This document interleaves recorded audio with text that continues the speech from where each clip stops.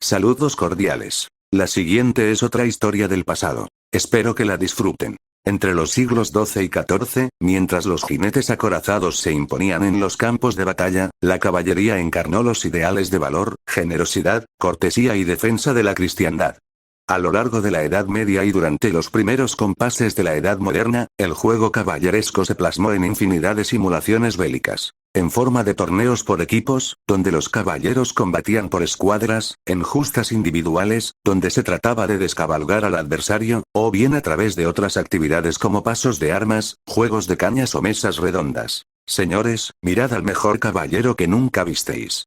Os diré quién es, escuchadme. Se llama Folco y es sobrino de Girard, oíd sus cualidades. Es noble, cortés, educado, franco, de buena familia y de bellas palabras, diestro cazando en bosques y riberas, lo sabe todo del ajedrez, las tablas, los dados y toda clase de juegos. Nunca negó su riqueza a nadie sino que todos tuvieron de él lo que quisieron. Nunca demoró el hacer actos honrosos. Amó intensamente a Dios y a la Trinidad. Desde que nació nunca llegó a una corte en que si se hacía o discutía algo malo no le causara gran pesar no poder arreglarlo, siempre fue amado como buen caballero, honrando a los pobres y a los humildes y juzgando a cada uno según lo que vale. Con estas palabras se describían, en la chanson de Girard de Roussillon, las cualidades que debía poseer un buen caballero, en este caso personalizadas en el joven Folco, sobrino del protagonista. Nos encontramos a mediados del siglo XII, en los comienzos del fenómeno de la caballería, pero en estas líneas desfilan todas y cada una de las características que aún atribuimos a la caballería medieval. Entre la realidad y la ficción el rasgo más destacado de aquel grupo social es una forma de comportamiento que aglutinaba elementos que aún reconocemos como deseables, como la cortesía, la educación y la honestidad, pero también la largueza y la generosidad.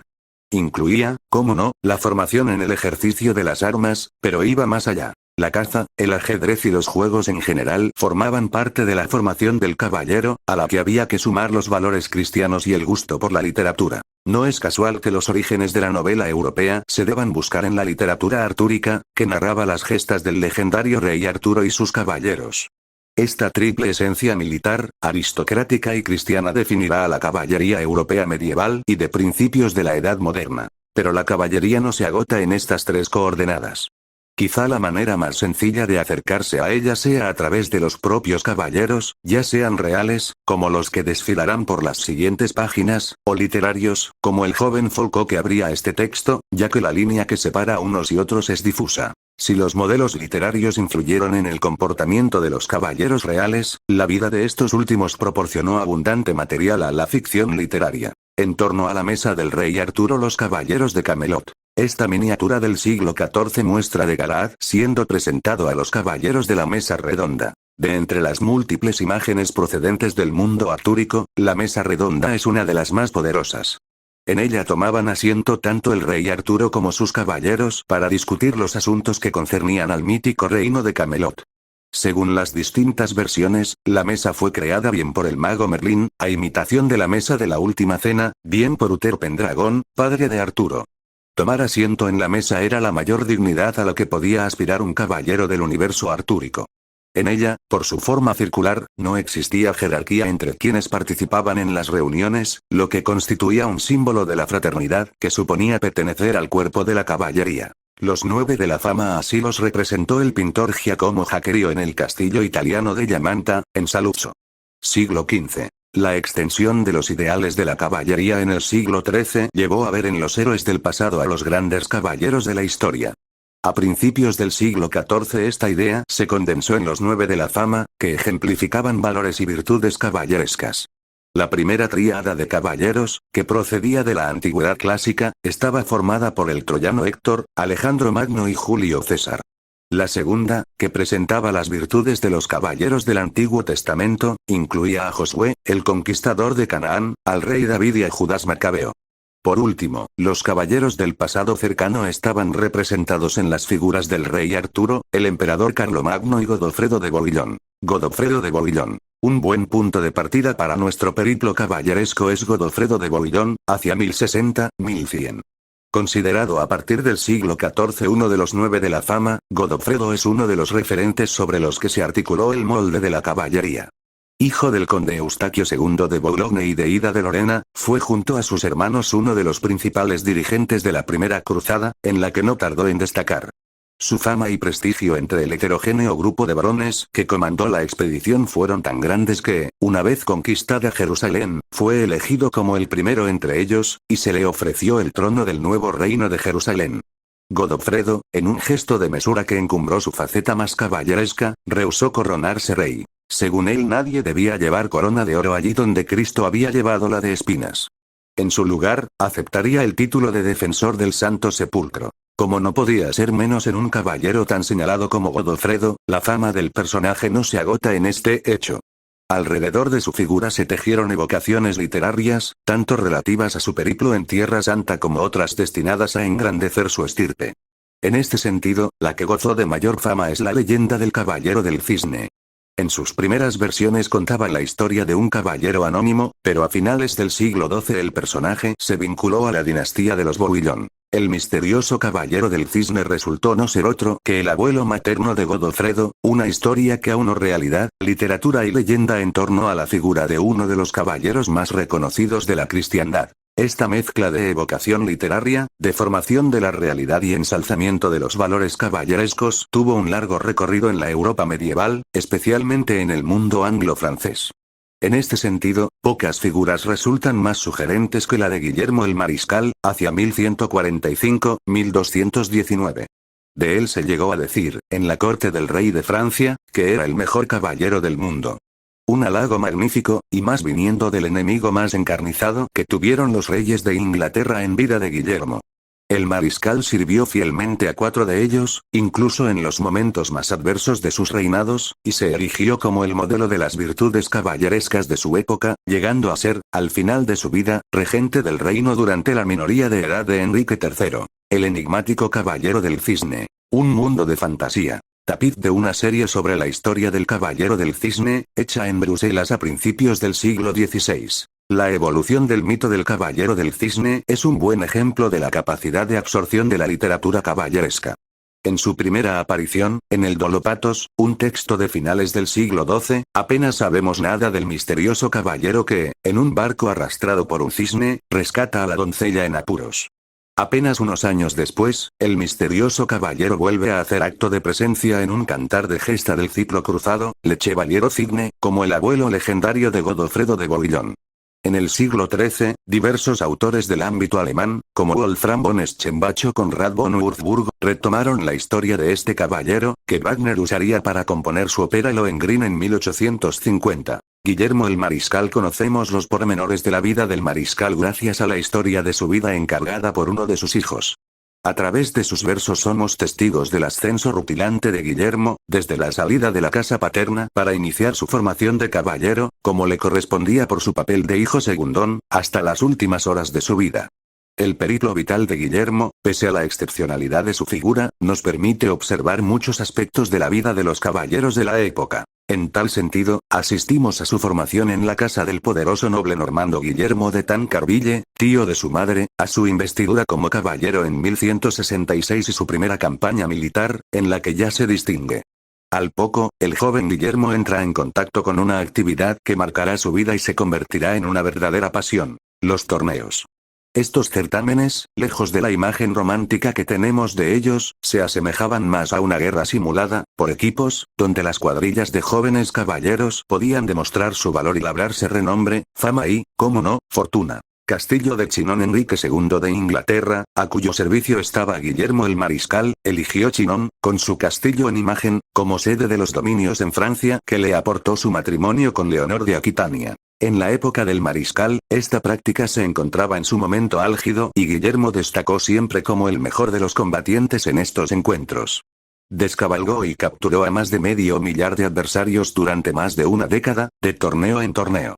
Esto se traducía en una ingente cantidad de rescates, que, junto con el botín resultante de la captura de los arneses y las monturas, permitió al mariscal ejercer sin freno una de las características más preciadas entre los jóvenes caballeros de la época, la largesse. Largueza en el reparto del botín, centro de la cultura del don y del regalo, que permitía forjar lealtades y practicar la generosidad.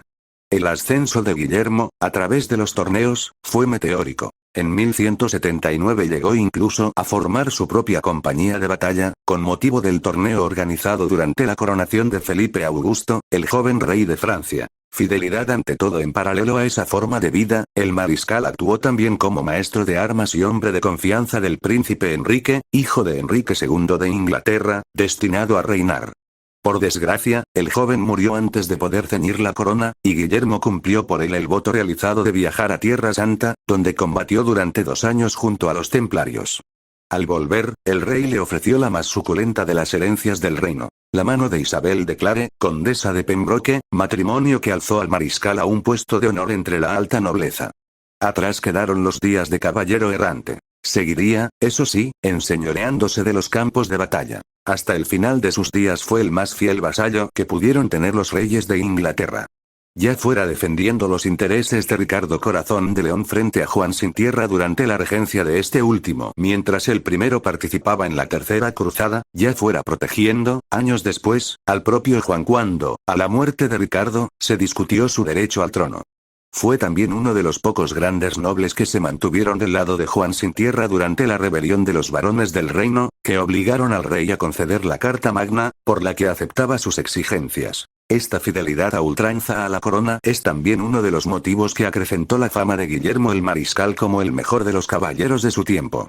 Fue leal hasta la muerte, que llegó poco después de su última gran victoria militar, la batalla de Lincoln, en 1217, donde expulsó al ejército francés que había invadido Inglaterra. Descanso eterno. El ascenso de un caballero. La existencia de Guillermo el Mariscal estuvo llena de episodios memorables que han llegado a nosotros a través de la historia de Guillaume le Marechal, una biografía suya en verso escrita a instancias de su hijo William, heredero en el condado de Pembroke.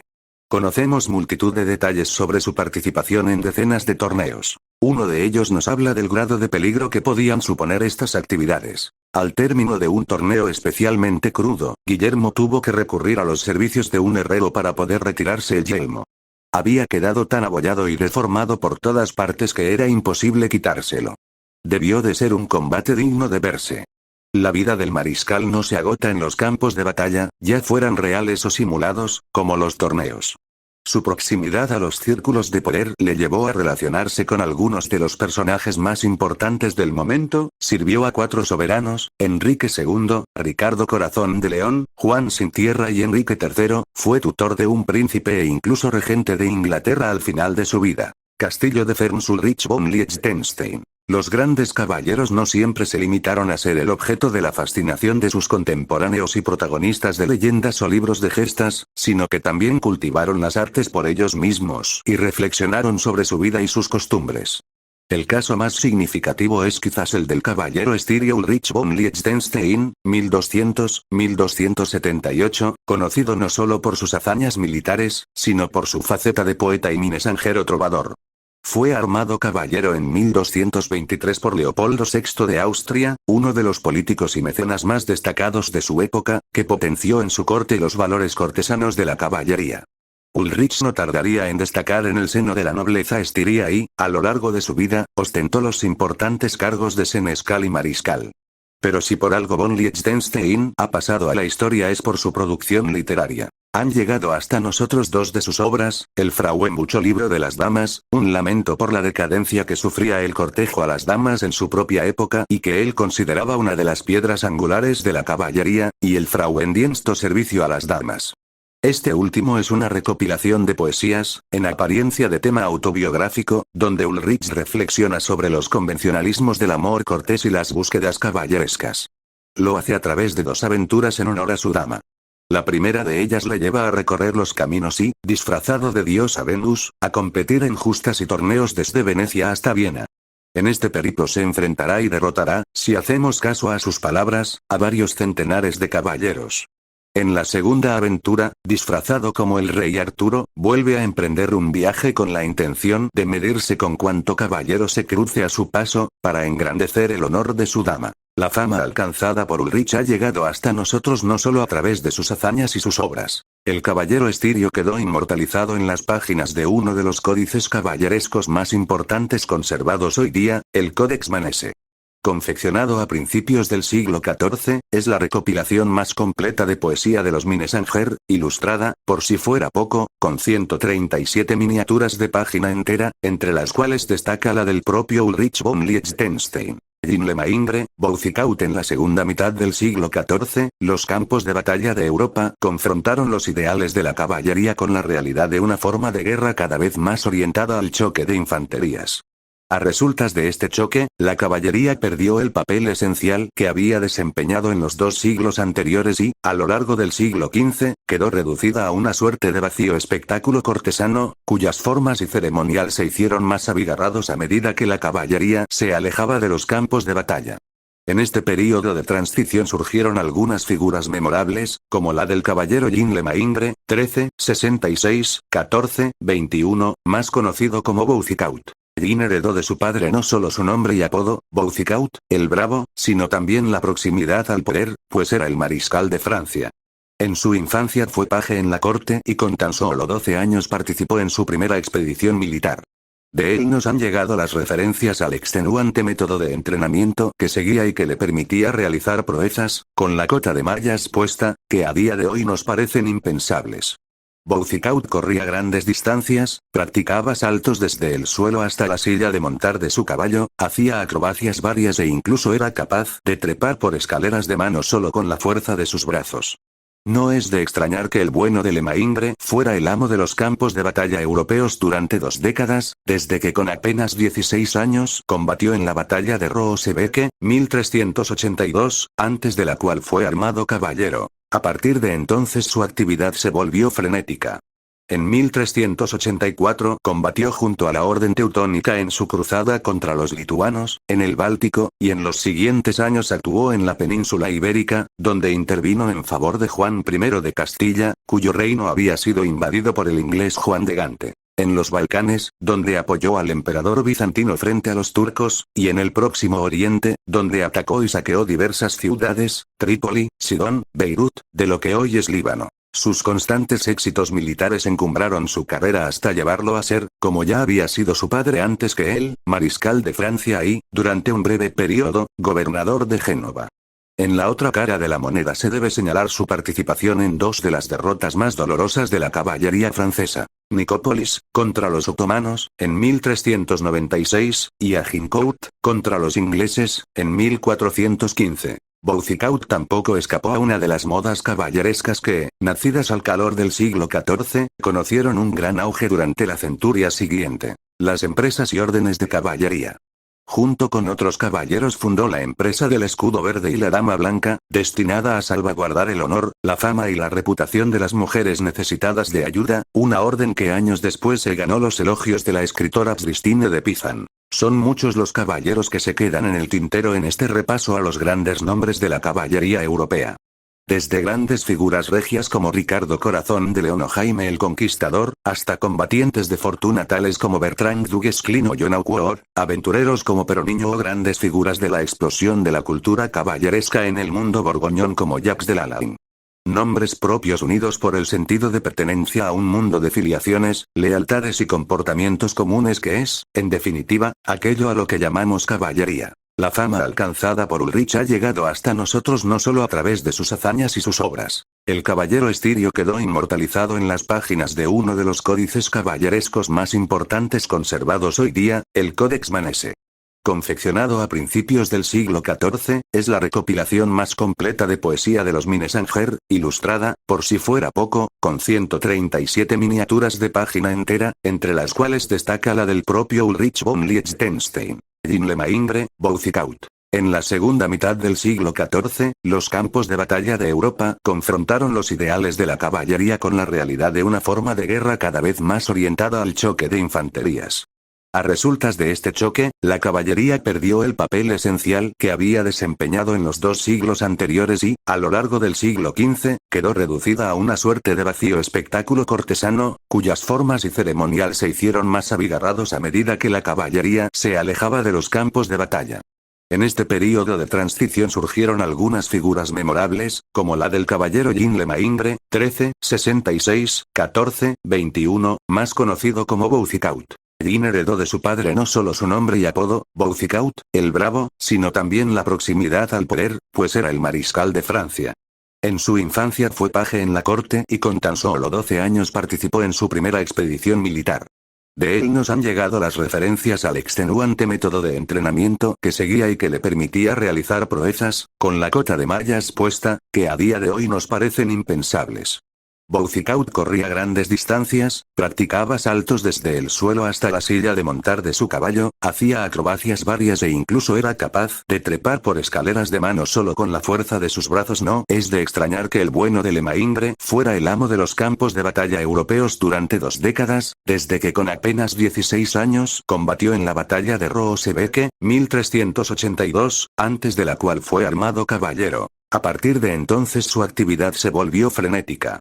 En 1384 combatió junto a la Orden Teutónica en su cruzada contra los lituanos, en el Báltico, y en los siguientes años actuó en la península ibérica, donde intervino en favor de Juan I de Castilla, cuyo reino había sido invadido por el inglés Juan de Gante. En los Balcanes, donde apoyó al emperador bizantino frente a los turcos, y en el Próximo Oriente, donde atacó y saqueó diversas ciudades, Trípoli, Sidón, Beirut, de lo que hoy es Líbano. Sus constantes éxitos militares encumbraron su carrera hasta llevarlo a ser, como ya había sido su padre antes que él, mariscal de Francia y, durante un breve periodo, gobernador de Génova.